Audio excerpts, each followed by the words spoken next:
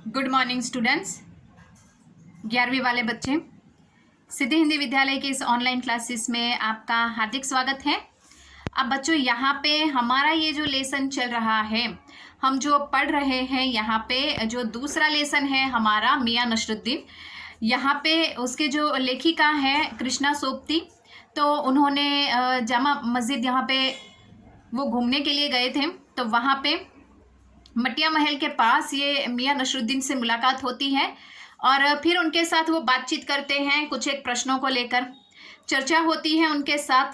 और फिर यहाँ पे जिस प्रकार से दोनों के बीच में जो बातचीत होती है उसको लेकर यहाँ पे बहुत सारे प्रश्न जो होते हैं, लेखिका यहाँ पे मियां नसरुद्दीन से पूछते हैं कि आपने ये अलग अलग प्रकार की ये जो 56 प्रकार की रोटियां बनाना सीखा, वो किस तरह से सीखा, कहाँ से सीखा, किसके पास से सीखा।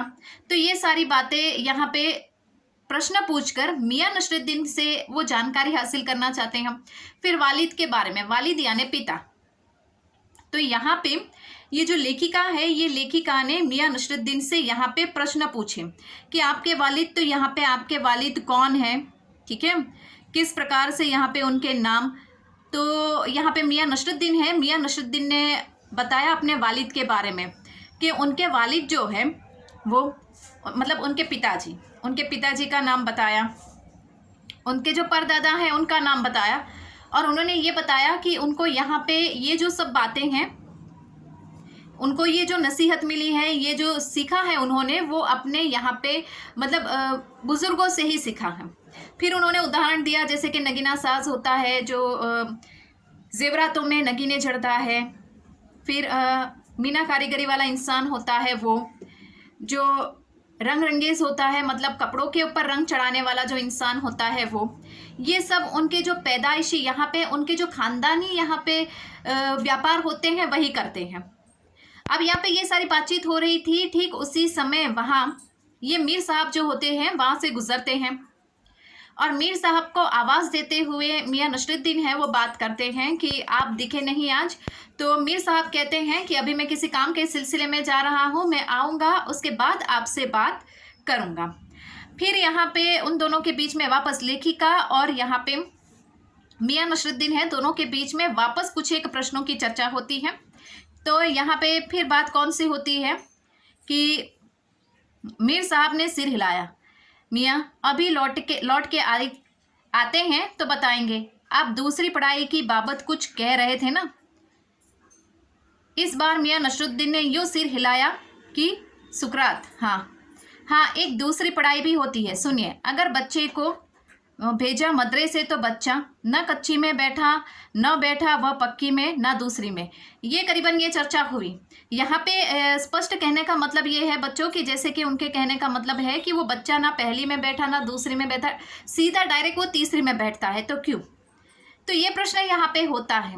तो इसके माध्यम से ये उदाहरण प्रस्तुत किया यहाँ पे मियां नसरुद्दीन ने।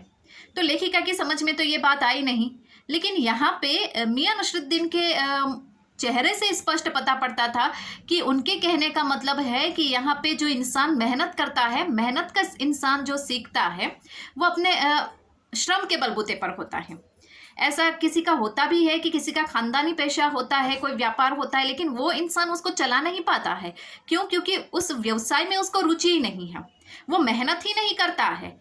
कोई भी व्यापार हो उसके लिए श्रम अर्थात मेहनत करनी बहुत ज़रूरी होती है।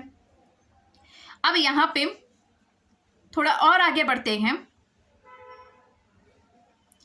इस बार शाही नानबाई मियाँ कल्लन के पोते अपने बचे कुचे दांतों से खिलखिला के हंस दिए। मतलब मेरा यह साफ न था। लो साहिबों, अभी साफ हुआ जाता है, ज़रा सी देर को मान लीजिए। हम बर्तन धोना न सीखते, हम भट्टी बनाना न सीखते, भट्टी को आँच देना न सीखते, तो क्या हम सीधे सीधे नानबाई का हुनर सीख जाते। मियां नसरुद्दीन हमारी और कुछ ऐसे देखा किए कि उन्हें हमसे जवाब पाना हो।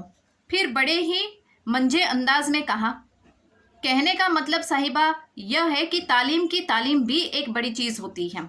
सिर हिलाया, हाँ साहिब, माना।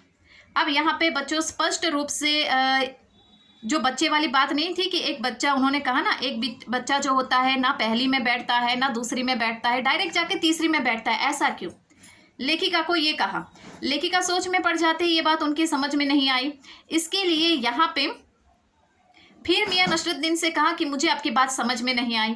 मियां नसरुद्दीन ने कहा कि रुकिए, मैं आपको समझाता हूँ। इसके कहने का मतलब क्या है कि जैसे कि मान लीजिए कि आप कहते हैं कि आप इतने बड़े ये रोटियां पकाने वाले इतने बड़े जो इंसान 56 प्रकार की रोटियां बनाते हैं, ये हुनर आपने कहाँ से सीखा? तो मैं आपको बताता हूँ कि अगर मैं यहाँ पे जिस तरह से मैं कोशिश करता हूँ, चलो सर मान लीजिए कि मुझे बर्तन धोना नहीं आता, मुझे भट्टी में आग देना नहीं आता, मुझे ये रोटियां उसमें बनाना नहीं आता, ठीक है, रोटियों को आंच देना नहीं आता, तो मैं ये हुनर सीखता नहीं। कहने का मतलब ये है बच्चों कि जैसे कि यहाँ पे ऐसा नहीं कि वो 56 प्रकार की रोटियां बनाते हैं तो सिर्फ रोटियां बनाने में माहिर है। उस रोटियों को किस प्रकार से पकाना है, बर्तन धोने हैं, ये सब काम, ये हुनर यहाँ पे मियां नसरुद्दीन कर चुके हैं। कहने का तात्पर्य ये है।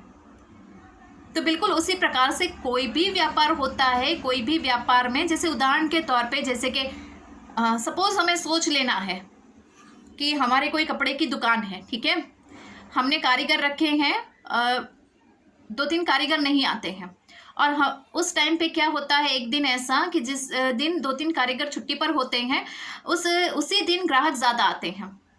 अब ग्राहक ज़्यादा आते हैं तो हमको खुद कभी कभी, हम मालिक होकर भी हमें वो काम करना पड़ता है। ग्राहक जो आते हैं उनको कपड़े दिखाने पड़ते हैं, तो ये काम हमें कभी कभी करना पड़ता है। तो बिल्कुल उसी प्रकार से मियां नसरुद्दीन का भी कहना यह था कि अगर मैं सिर्फ एक अलग प्रकार से, सिर्फ मैं यहाँ पे बावर्ची के रूप में ही देखता तो मैं ये अच्छे प्रकार की, मेरा इतना नाम ही नहीं होता। आप मुझसे मिल रहे हैं, मुझे देख रहे हैं, उसका ये यहाँ पे अलग प्रकार का प्रभाव है। तो उन्होंने यहाँ पे स्पष्ट इस बात को लेकर समझाया। अब थोड़ा और आगे पढ़ते हैं। आगे नया पन्ने के ऊपर 26 पेज नंबर पर मियां नसरुद्दीन जोश में आ गए।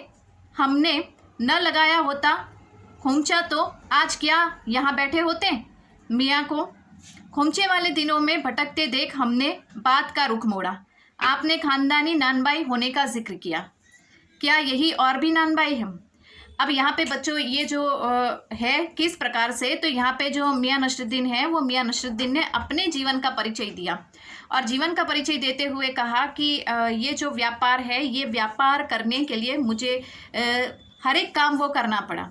अगर मैं खुद ये सोचता कि ये काम मेरे लायक नहीं है, मैं क्यों करूँ, तो आज ये स्थिति मेरी ऐसी नहीं होती।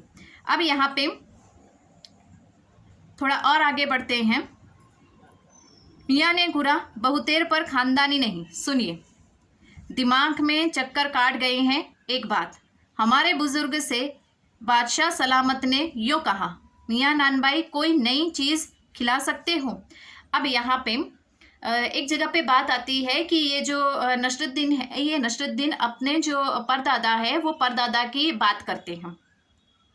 परदादा के हिसाब से ही यहाँ पे ये सारा जो उनका जो खानदानी पेशा है ये पीढ़ी दर पीढ़ी चलता रहा। अब यहाँ पे उन्होंने परदादा के समय की एक कहानी लेखिका को सुनाई। कहानी यानी कि उनके परदादा के जीवन में ये वास्तविक ऐसी कोई घटना घटित हुई होगी, उस बात को लेकर उन्होंने यहाँ पे प्रस्तुत की है। तो बच्चों आज के इस वीडियो में हम यहाँ तक देखते हैं। आने वाले वीडियो में वो कौन सी कहानी लेखिका को सुनाते हैं उनके परदादा की, कि जिसको देखकर राजा जो है वो अत्यधिक खुश हो जाते हैं, और किस प्रकार से उन्होंने, उनके परदादा ने दिमाग लगाकर वो रोटियां बनाई, अर्थात वो खाना किस तरह से पकाया, तो उसका भी जिक्र यहाँ पे है। तो कौन सी कहानी है मियां नसरुद्दीन लेखिका को सुनाते हैं बच्चों, तो नेक्स्ट वाले वीडियो में देखेंगे। तब तक के लिए यहाँ पे रुकते हैं। Thank you.